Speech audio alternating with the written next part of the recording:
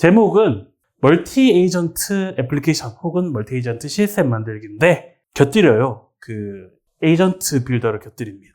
자, LLM 앱을 거의 진짜 많은 기업들에서 다루고 있고 거의 모든 기업에서 지금 이거 해야 된다.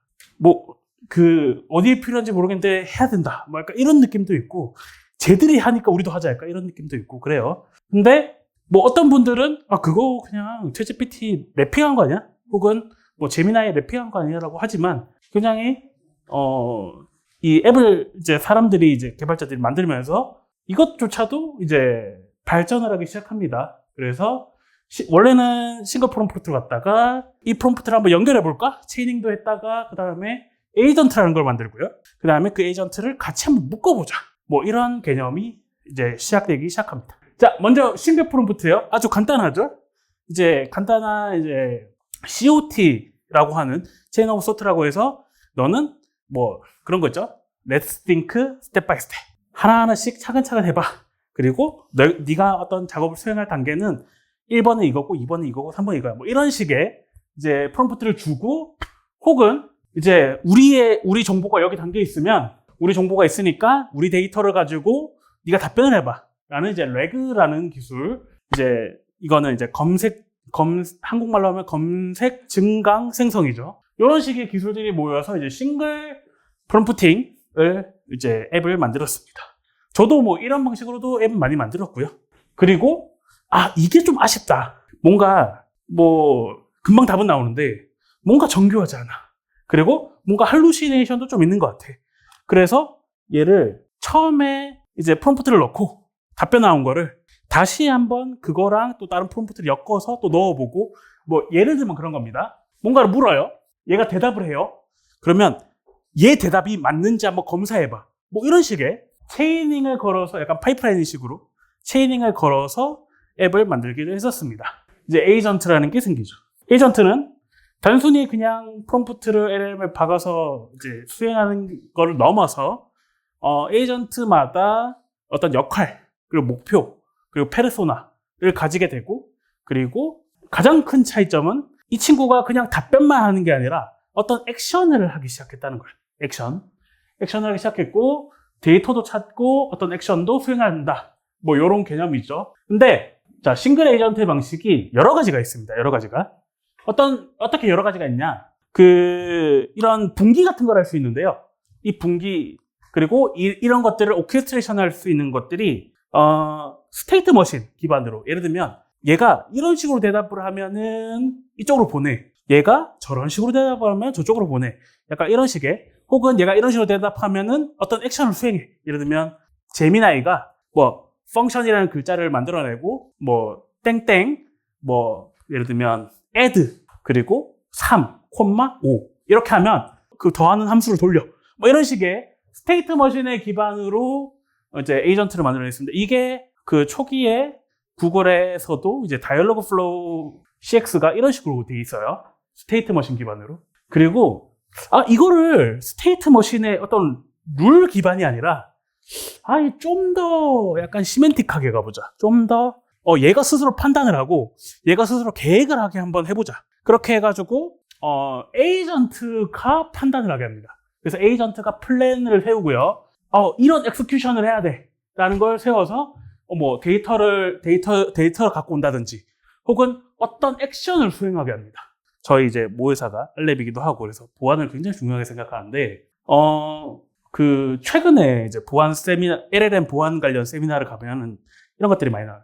여기에 이제 보안 취약점이 엄청나게 많다. 그래서 뭐 프롬프트를 인젝션을 해가지고 이렇게 프롬프트를 유출한다든지 혹은 프롬프트 유출하는 건 그렇게 큰 피해는 아닙니다. 근데 여기가 큰 피해예요. 여기가 어떤 API를 실행하게 한다. 뭐 이런 사례가 있었어요. LLM을 이용해서 해킹을 해서 그 회사 대표의 이메일로 전 회사 직원한테 악성 코드를 뿌립니다. 그거를 이제 LLM으로 이용해서 뭐 그런 사례가 있었어요. 그런 보안 침해 사례가 있었습니다. 그래서 좀 이런 것들이 이제 이슈가 되다 보니까 멀티로 가보자. 이제 많은 이제 LLM 관련 보안의 전문가분들이 얘기하시는 게 무조건 멀티 에이전트로 가야 된다라고 해요. 왜냐? 자, 데이터가 지금 데이터 스토리지가 여기도 있고 여기도 있죠. 근데 이 데이터 스토리지는 별도로 권한도 분리가 되어 있고요. 그러니까 이 데이터의 종류도 다릅니다. 그냥 예를 들면 이쪽 부서가 만지면 안 되는 데이터를 보면 안 되는 데이터를 챗봇을 통해서 보면 안 되잖아요. 그렇기 때문에 철저하게 분리를 해서 어떤 특정 유저는 이쪽 에이전트만 권한을 준다든지 이쪽 에이전트만 보이게 해서 그런 식으로 하면 에이전트를 나누고 역할을 나누면은 보안적인 문제도 해결이 되고요. 그리고 또 한 가지 좋은 점은 에이전트 하나가 역할이 다 고유한 역할들이 있는 에이전트들이 모이면서 특정 에이전트 하나가 그 역할에만 충실하면 되는 거예요. 예전에 싱글 에이전트 방식에서는 얘한테 너는 이것도 해야 되고 너는 저것도 해야 되고 이것도 해야 되고 이것도 해야 돼. 세네 가지 일을 한꺼번에 주는 거예요. 그러면은 LLM의 특성상 여러 가지 태스크를 한꺼번에 주면 당연히 성능이 떨어집니다. 하지만 이렇게 에이전트를 나누면은 너는 이것만 잘하면 돼. 그러니까 그런 거죠. 사람도 마케팅하는 사람한테 코딩을 시키거나 코딩을 하는 사람한테 영업을 나가서 해하라고 하면 지금 힘들잖아요. 그런 느낌이죠. 그리고 이런 부분들도 어느 정도 해소가 됩니다. 에이전트에서 권한을 분리를 하면. 근데 이제 아까 싱글 에이전트에서도 마찬가지듯이 어떤 로직을 스테이트 머신으로 하냐, 그것조차도 에이전트한테 맡기냐, 요 차이가 있어요. 이것도 마찬가지입니다. 요 같은 경우에도 스테이트 머신을 통해서 이 에이전트가 이런 대답을 하면 요 에이전트한테 보내고, 요 에이전트가 이런 대답을 하면 요 에이전트한테 보내고, 이런 식으로 스테이트 머신이 오케스트레이션을 하게 만들었어요. 그러다가 이것도 한번 에이전트한테 맡겨보자 라는 구조가 요 구조입니다. 그래서 이 에이전트가 플랜을 짜고 이 에이전트가 다른 에이전트를 부르는 거예요. 이 일은 네가 해야 돼. 이런 거죠.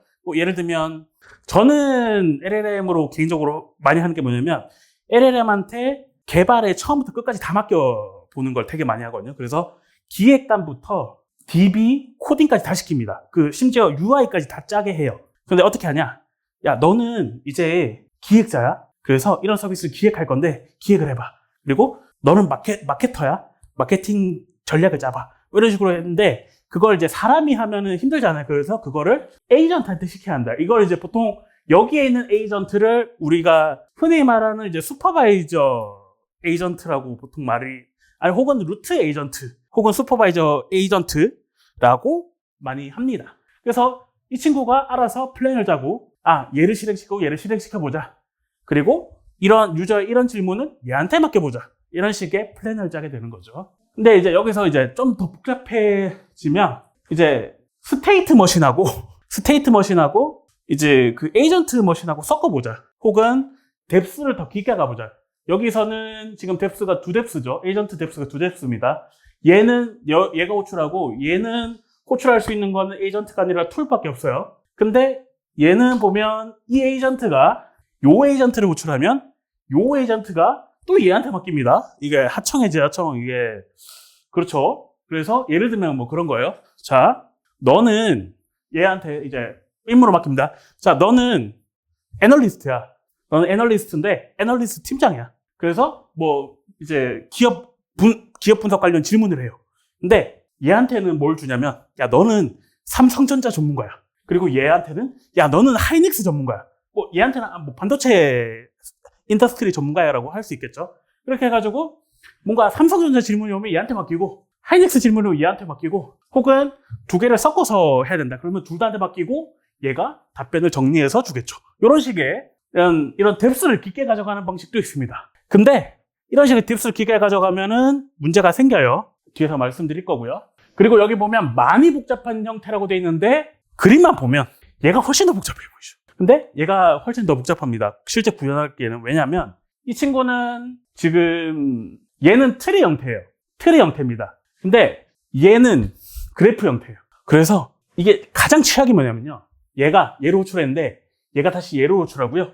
얘가 호출했는데 얘가 다시 얘를 호출한 거예요. 여기서 이렇게 뺑글뺑글 계속 도는 겁니다. 지들끼리 대화하는 거예요. 여기서. 그래서 유저가 답을 못 받는 거예요. 그런 경우들 많습니다. 실제 요 구조로 구현해 보면. 그래서 요 구조는 그렇게 많이 쓰이진 않습니다. 결국에 특정 하나의 에이전트가 슈퍼바이저 역할을 해야 된다는 거고요. 요런 구조가 있긴 한데 그렇게 엄청나게 구현이 복잡하기 때문에 많이 쓰이지 않는 구조입니다. 근데 보시면 얘가 많이 복잡한 거고, 근데 얘도 복잡해 보이고, 얘도 복잡해 보이고, 다 복잡해 보여요.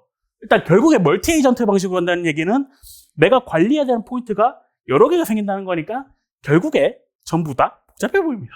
그 에이전트, AI 에이전트, 그리고 이제 인간의 행동 경제학 쪽의 얘기를 이제 좀 해보면, 이제 AI가 뇌과학이나 이런 심리학이나 이런 데서 좀 많이 개념을 들고 와요. 데니얼 카너먼이라는 분이 이 노벨 경제학상 타신 분인데, 그 행동 경제학의 거의 뭐 교과서 같은 걸 쓰신 분입니다. 그래서 Think Fast and Slow, 한국어 버전으로는 생각에 관한 생각이라는 이만한 두께의 책이 있어요. 그 행동 경제학 관련 책인데, 거기에 시스템 1하고 2가 나옵니다. 간단하게 뭐가 많은데, 간단하게 얘기하면은 시스템 1은 약간 직관 같은 거예요. 뭔가 논리적인 구조로 추론을 하는 게 아니고, 쟤를 봤더니 뭔가 쎄해. 그 쎄한 느낌이죠. 그리고 얘는 뭔가 잘 될 것 같아. 뭐 약간 이런 느낌. 그러니까 이런 시스템 1, 이게 특징이 뭐냐면 빨라요. 빠르고, 하지만 그렇게 막 논리적이지는 않습니다. 개인적으로 인간이 인공지능이 이기는 이유는 시스템 1 때문이라고 생각을 하는 사람이고요. 시스템 2는 반대로 느리지만 논리적이고 이성적입니다. 이런 게 에이전트에도 그대로 적용돼요.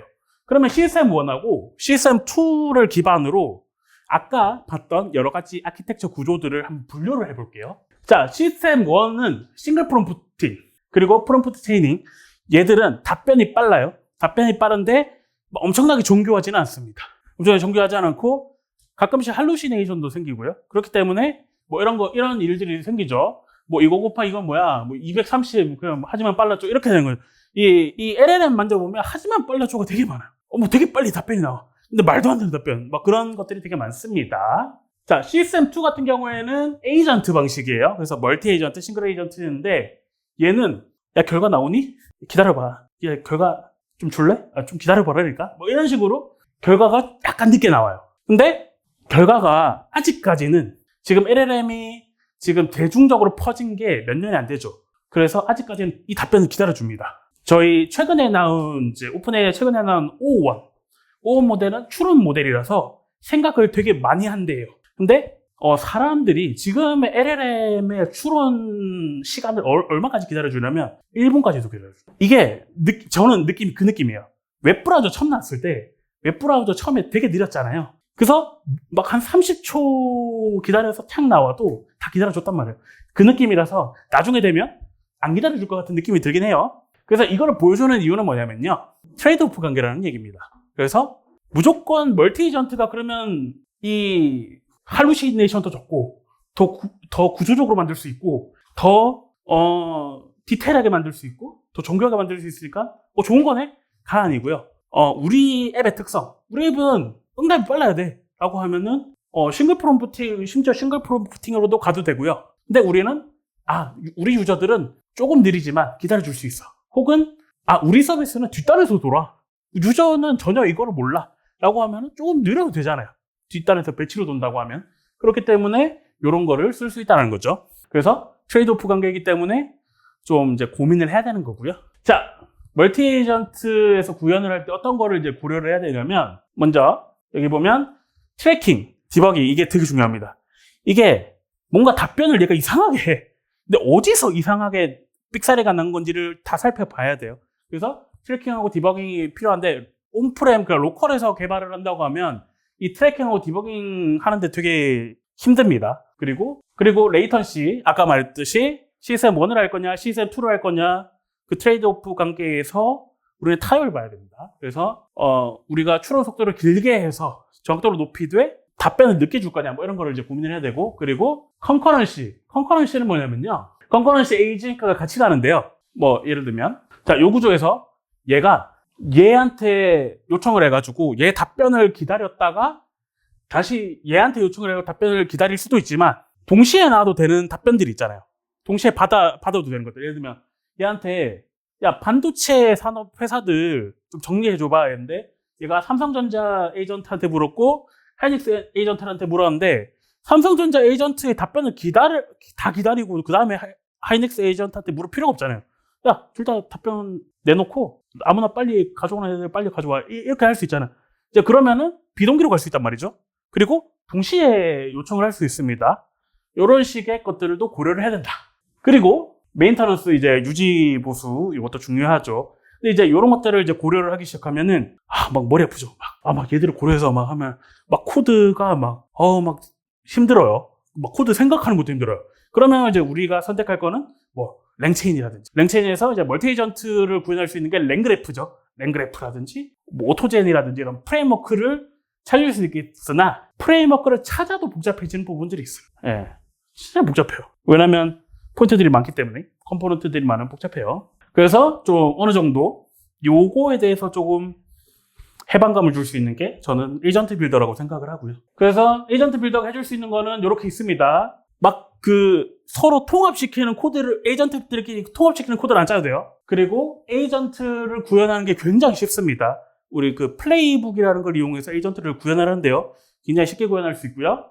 그리고 레그 구현도 굉장히 쉽고요.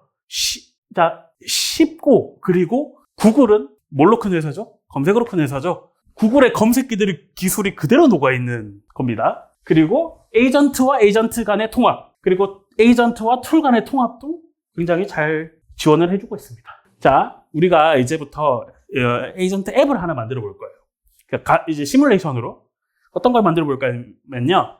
제가 이제 예전에 이제 창업을 해가지고 이제 금융 데이터 분석을 하면서 기업 분석 같은 걸 했었어요. 그래서 좀 주식 데이터 이런 거에 좀 미련이 많습니다. 그래서 이제 요 에이전트 앱은 주식 관련 정보를 제공도 하고요. 뉴스 정보도 제공하고 주문도 넣어줄 수 있는 요런 것들을 요런 걸로 시뮬레이션 해볼 거예요.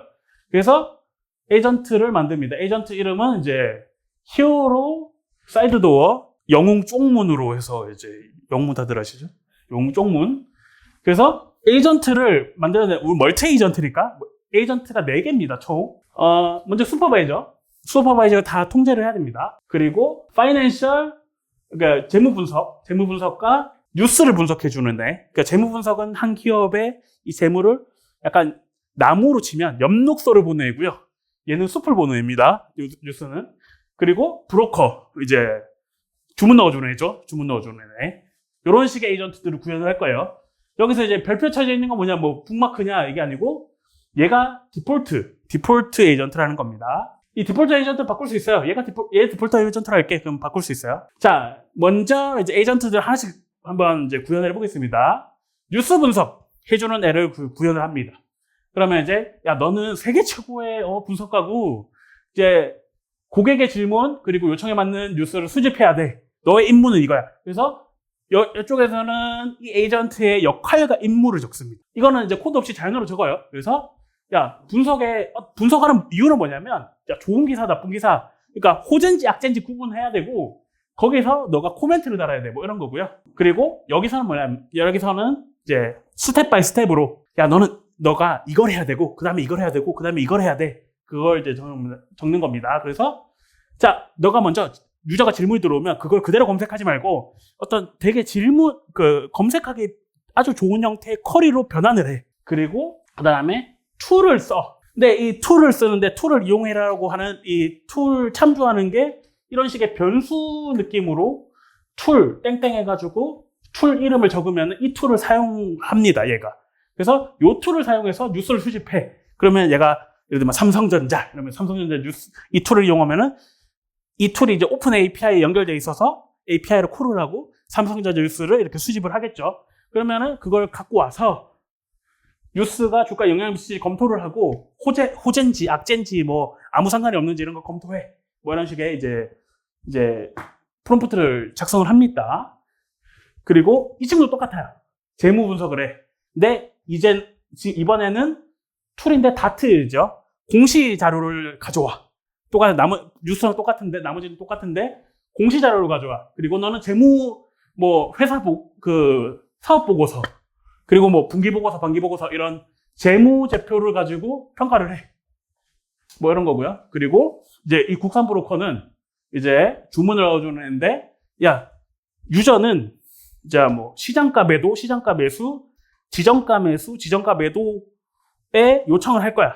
그리고 주식 몇 개, 얼마, 이런 요청을 할 거니까 거기에 맞춰서 네가 이 주문할 수 있는 오더라는 툴을 실행시켜. 이 오더라는 툴도 당연히 API로 외부랑 연결돼 있겠죠. 그래서 오픈 API 형태로 연결돼. 뭐 구현을 한다고 하면 HTS 같은 거랑 연결돼 있겠죠. 실제 영웅문 이런 거랑 연결돼 있을 겁니다. 그리고 이제 얘들을 엮어야 돼요.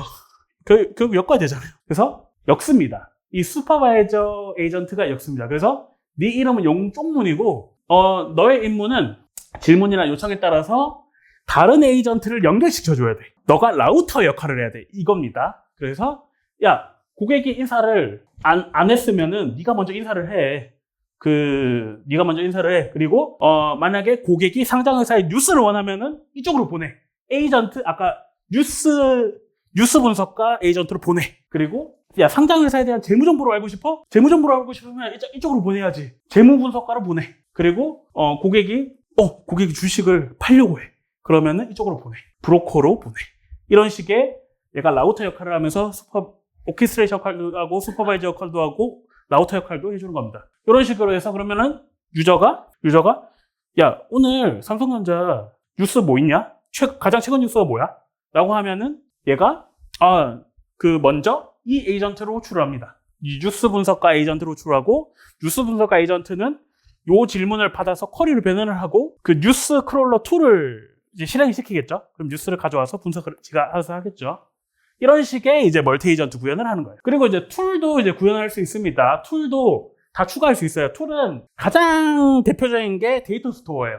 그러니까 우리 데이터를 저장하는 거예요.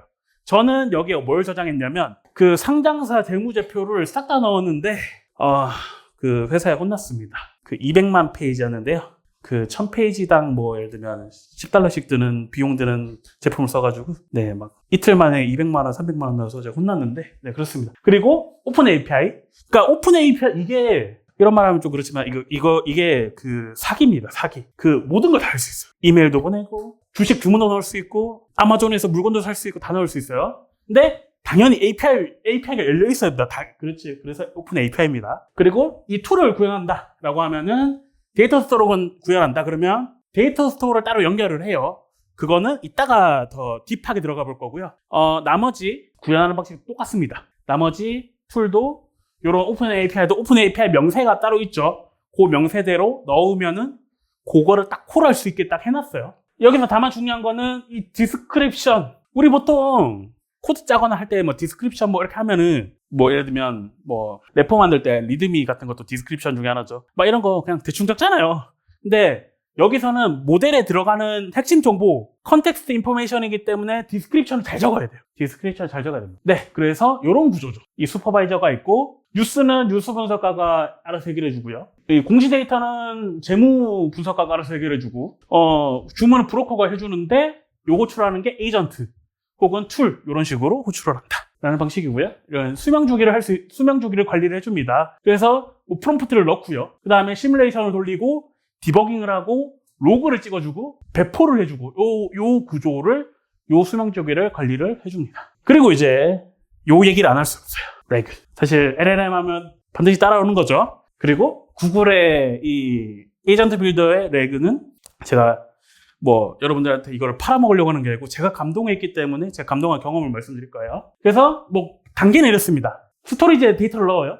그리고 데이터 스토어를 만들어요. 그리고 그 클라우드 스토리지에 있는 거를 데이터 스토어에 연결을 해요. 인덱싱을 하는 거죠. 그리고 에이전트를 만들어서 데이터 스토어 툴을 만들어서 데이터 스토어랑 연결하면 됩니다. 네, 그래서 이런 식으로 하고요. 그리고 테스트하고 배포하고 뭐 이렇게 하죠. 자, 저는 이제 공시 자료를 넣었다고 했어요. 이 사업 보고서, 삼성전자 사업 보고서 뭐 이런 걸 넣었는데, 이 뭐 파이썬 코드로 이제 뭐 열심히 다운받아가지고 자동화를 돌려갖고 넣었습니다. 네, 그리고 데이터 스토어를 만들었어요. 자, 아까 저는 클라우드 스토리지에 넣었다고 했는데요. 클라우드 스토리지 말고도 그냥 웹 URL을 때려 넣을 수도 있고요. 그리고 심지어 구글 드라이브 이런 것도 넣을 수 있고, 뭐 빅쿼리, 그리고 스패너, 그리고 클라우드 SQL 뭐 다 넣을 수 있습니다, 지금. 파이어베이스 뭐 다 되죠. 이런 다양한 소스들에서 데이터를 다 들고 와서 인덱싱을 할 수 있습니다.